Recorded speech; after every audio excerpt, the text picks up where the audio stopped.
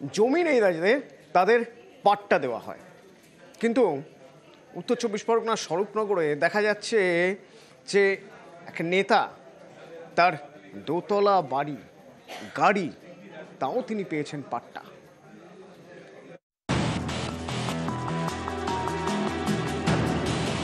দোতলা বাড়ি, পাশেই রাখা গাড়ি। অভিযোগ, বাড়ি গাড়ি থাকা সত্ত্বেও পাট্টা পেয়েছেন স্বরূপনগরে তৃণমূলের পঞ্চায়েত সদস্য নূর নাহার বেগম। পাট্টা প্রাপকদের তালিকায় তার নাম। পাট্টা প্রাপকদের তালিকায় রয়েছে তৃণমূল পঞ্চায়েত সদস্যের স্বামী মামুন কবির মণ্ডলেরও নাম।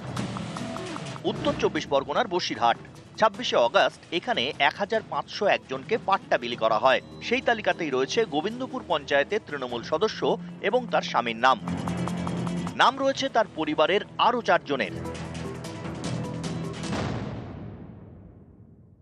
আমরা চাইছিলাম যাদের ভিটি বাড়ি কম, যাদের চলে না, তারাই পাক। দেখলাম যে উল্টোটা হয়ে গেছে।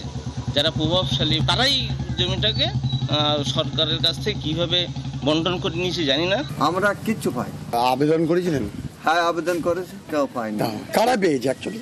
গ্রামের মেম্বার আছে, মেম্বাররা দিয়েছি, আমরা কিচ্ছু পাই। জমিহীনদের জমি দেয় সরকার, সরকারি নথি হিসেবে তুলে দেয় পাট্টা। তাহলে যে তৃণমূল পঞ্চায়েত সদস্যের বাড়ি গাড়ি রয়েছে তার নাম পাট্টা প্রাপকদের তালিকায় কিভাবে পঞ্চায়েত সদস্যের পরিবারের আরো 5 জনের নাম তালিকায় উঠে গেল? প্রভাবশালী বলেই কি তারা পাট্টা পেয়ে গেলেন? এ নিয়ে সরব স্থানীয়রা মহকুমা শাসকের কাছে তারা লিখিত অভিযোগ জানিয়েছেন। পাট্টা পেয়েছে বর্তমান মেম্বার, আর তার স্বামী আছে, সে এক্স প্রধান ছিল। ওনার বড় ছেলে, ওনার বৌমা পেয়েছে তুইনা নার্গিস, আর ওনার একটা ছেলে আছে শাহিন কবির, আর ওনার আর একটা ভাইয়ের ছেলে গোলাম সবুরির ছেলে আম্মান মণ্ডল, উনিও পেয়েছেন। এক পরিবারের 5 জন। আমরা চাইছি ওই পাট্টাগুলো গরিব মানুষকে দেওয়া হোক। সম্পূর্ণ ভিত্তির এটা কোনো টেকনিক্যাল ভুল হতে পারে। আমি পাট্টা নেইনি, আমি এই ব্যাপারে জানি। বিরোধীরা চক্রান্ত করে আমার এবং আমার দলের কালিমালিপ্ত করার জন্য এটি করেছে। কোনো অভিযোগ তো এখনো অবধি আমার কাছে আসেনি। যদি এরকম অভিযোগ থাকে, যারা প্রভাবশালী আর বিশেষ করে তাদের যদি নামের তালিকা থাকে, সেটা কি তদন্ত করবেন? নিশ্চয়ই খতিয়ে দেখে একদম উপযুক্ত স্টেপ নেওয়া হবে। উত্তর চব্বিশ পরগনা থেকে অনুপম সাহা, নিউজ 18 বাংলা। খেজুরিতে 2 বিজেপি কর্মীর মৃত্যুর ঘটনা। দুটো ময়না তদন্ত হয়েছে এবং এই দুরকম ময়না তদন্তে দুরকম রিপোর্ট। কেন? প্রশ্নের মুখে খেজুরি থানার সেই সময়ের ইনভেস্টিগেটিং অফিসার এবং ওসি।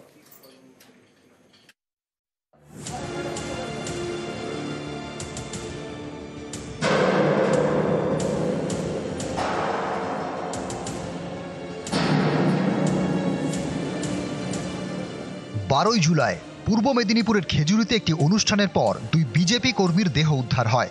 সুধীর চন্দ্র পাইক এবং সুজিত দাস। 2 বিজেপি কর্মীর 2 বার ময়নাতদন্ত হয়, তাতে 2 ধরনের রিপোর্ট উঠে আসে। প্রথম রিপোর্টে বলা হয় বিদ্যুৎ স্পৃষ্ট হয়ে মৃত্যু হয়েছে। দ্বিতীয় ময়নাতদন্তের রিপোর্টে লেখা হয় দেহে আঘাতের চিহ্ন মিলেছে। এ নিয়ে বুধবার কলকাতা হাইকোর্টের ডিভিশন বেঞ্চে প্রশ্নের মুখে পড়লেন তৎকালীন তদন্তকারী অফিসার এবং খেজুরি থানার ওসি। বিচারপতি মন্তব্য করেন, এসএসকেএম এর ময়নাতদন্তের শারীরিক আঘাতের উল্লেখ রয়েছে, অথচ পুলিশের কোনো রিপোর্টে আঘাতের কথা বলা হয়নি। এটা কি বিশ্বাসযোগ্য? এসব দেখে সাধারণ মানুষের মনে কি ধরনের প্রতিক্রিয়া হবে? আদালতের নির্দেশে বর্তমানে এই মামলার তদন্ত করছে সিআইডি। এদিন কলকাতা হাইকোর্টের বিচারপতি দেবাংশু বসাক বলেন, 5 দিনের মধ্যে তদন্তের অগ্রগতি রিপোর্ট দিতে হবে সিআইডিকে। এই মামলায় প্রথম তদন্তকারী অফিসার, প্রথম ময়নাতদন্তের চিকিৎসক এবং খেজুরি থানার ওসির মোবাইল ফোনের কল রেকর্ড আদালতে পেশ করতে হবে। আগামী সোমবারের মধ্যে রিপোর্ট পেশ করতে হবে সিআইডিকে। ডিভিশন বেঞ্চে যে রায় দিয়েছেন আমি আশ্বস্ত হয়েছি। মহামান্য আদালতের কাছে আমার বিশেষ আবেদন, আমি প্রথম থেকে যেহেতু সিবিআই তদন্ত চেয়েছিলাম, যেন সিবিআই তদন্ত হয়, এটা আমি মহামান্য আদালতের কাছে আবেদন করছি। এই জোড়া খুনে সিবিআই তদন্তের দাবিতে প্রথমে মামলা দায়ের হয় কলকাতা হাইকোর্টের সিঙ্গল বেঞ্চে। দাবি খারিজ করে দিয়ে সিআইডি তদন্তের নির্দেশ দেয় আদালত। বিচারপতি মন্তব্য করেন, তদন্তের নামে সিবিআই কিছুই করে না, সিবিআই শুধু গ্যালারি শো করে। সিঙ্গেল বেঞ্চে রায় চ্যালেঞ্জ করে ডিভিশন বেঞ্চে মামলা করে নিহতদের পরিবার। সেই মামলারই শুনানি ছিল এদিন। সেখানে সিআইডিকে সময় বেঁধে দিল হাইকোর্ট। সিবিআই তদন্তের দাবিতে এদিন কোনো রায় দেয়নি আদালত। নিউজ 18 বাংলা। জমি নেই তাদের পাট্টা দেওয়া হয়, কিন্তু উত্তর 24 পরগনার স্বরূপনগরে দেখা যাচ্ছে যে এক নেতা তার দোতলা বাড়ি গাড়ি তাও তিনি পেয়েছেন পাট্টা।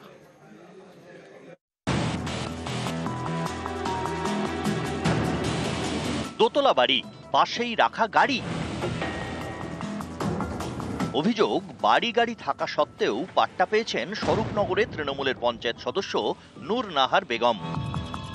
পাট্টা প্রাপকদের তালিকায় তার নাম। পাট্টা প্রাপকদের তালিকায় রয়েছে তৃণমূল পঞ্চায়েত সদস্যের স্বামী মামুন কবির মণ্ডলেরও নাম। উত্তর 24 পরগনার বসিরহাট। 26শে অগস্ট এখানে 1501 জনকে পাট্টা বিলি করা হয়। সেই তালিকাতেই রয়েছে গোবিন্দপুর পঞ্চায়েতের তৃণমূল সদস্য এবং তার স্বামীর নাম। নাম রয়েছে তার পরিবারের আরো 4 জনের। আমরা চেয়েছিলাম যাদের ভিটি বাড়ি কম, যাদের চলে না, তারাই পাক। দেখলাম যে উল্টোটা হয়ে গেছে।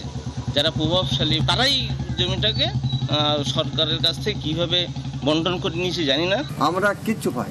আবেদন করেছিলেন? হ্যাঁ, আবেদন করেছে, কেউ পাইনি। কারা পেয়েছে অ্যাকচুয়ালি? গ্রামের মেম্বার আছে, সেই মেম্বারটা দিয়েছি, আমরা কিছু পাই।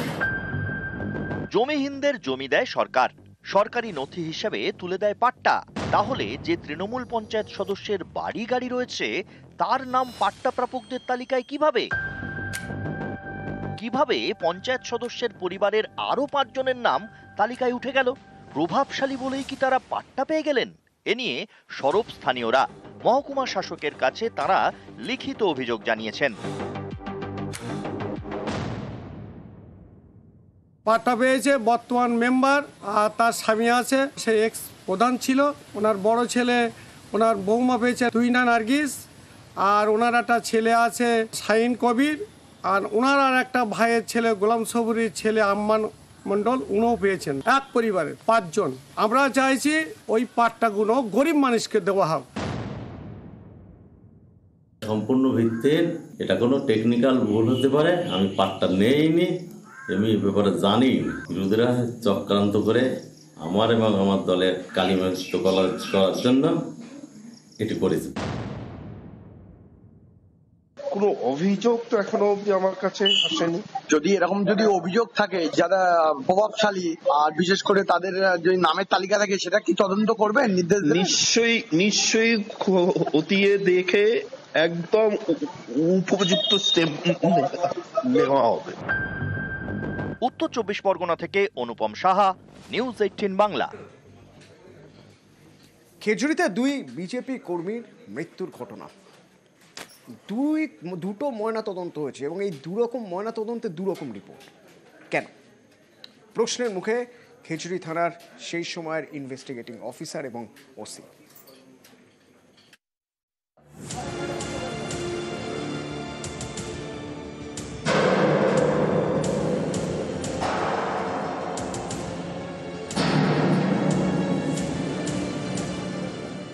জুলাই পূর্ব মেদিনীপুরের খেজুরিতে একটি অনুষ্ঠানের পর 2 বিজেপি কর্মীর দেহ উদ্ধার হয়। সুধীর চন্দ্র পাইক এবং সুজিত দাস। 2 বিজেপি কর্মীর 2বার ময়নাতদন্ত হয়, তাতে 2 ধরনের রিপোর্ট উঠে আসে। প্রথম রিপোর্টে বলা হয় বিদ্যুৎ স্পৃষ্ট হয়ে মৃত্যু হয়েছে। দ্বিতীয় ময়নাতদন্তের রিপোর্টে লেখা হয় দেহে আঘাতের চিহ্ন মিলেছে। এ নিয়ে বুধবার কলকাতা হাইকোর্টের ডিভিশন বেঞ্চে প্রশ্নের মুখে পড়লেন তৎকালীন তদন্তকারী অফিসার এবং খেজুরি থানার ওসি। বিচারপতি মন্তব্য করেন, এসএসকেএম এর ময়নাতদন্তে শারীরিক আঘাতের উল্লেখ রয়েছে, অথচ পুলিশের কোনো রিপোর্টে আঘাতের কথা বলা হয়নি। এটা কি বিশ্বাসযোগ্য? এসব দেখে সাধারণ মানুষের মনে কি ধরনের প্রতিক্রিয়া হবে? আদালতের নির্দেশে বর্তমানে এই মামলার তদন্ত করছে সিআইডি। এদিন কলকাতা হাইকোর্টের বিচারপতি দেবাংশু বসাক বলেন, 5 দিনের মধ্যে তদন্তের অগ্রগতি রিপোর্ট দিতে হবে সিআইডিকে। এই মামলায় প্রথম তদন্তকারী অফিসার, প্রথম ময়নাতদন্তের চিকিৎসক এবং খেজুরি থানার ওসির মোবাইল ফোনের কল রেকর্ড আদালতে পেশ করতে হবে। আগামী সোমবারের মধ্যে রিপোর্ট পেশ করতে হবে সিআইডিকে। ডিভিশন বেঞ্চে যে রায় দিয়েছেন আমি আশ্বস্ত হয়েছি। মহামান্য আদালতের কাছে আমার বিশেষ আবেদন, আমি প্রথম থেকে যেহেতু সিবিআই তদন্ত চেয়েছিলাম, যেন সিবিআই তদন্ত হয়, এটা আমি মহামান্য আদালতের কাছে আবেদন করছি। এই জোড়া খুনে সিবিআই তদন্তের দাবিতে প্রথমে মামলা দায়ের হয় কলকাতা হাইকোর্টের সিঙ্গল বেঞ্চে। দাবি খারিজ করে দিয়ে সিআইডি তদন্তের নির্দেশ দেয় আদালত। বিচারপতি মন্তব্য করেন, তদন্তের নামে সিবিআই কিছুই করে না, সিবিআই শুধু গ্যালারি শো করে। সিঙ্গল বেঞ্চে রায় চ্যালেঞ্জ করে ডিভিশন বেঞ্চে মামলা করে নিহতদের পরিবার। সেই মামলারই শুনানি ছিল এদিন। সেখানে সিআইডিকে সময় বেঁধে দিল হাইকোর্ট। সিবিআই তদন্তের দাবিতে এদিন কোনো রায় দেয়নি আদালত। নিউজ 18 বাংলা।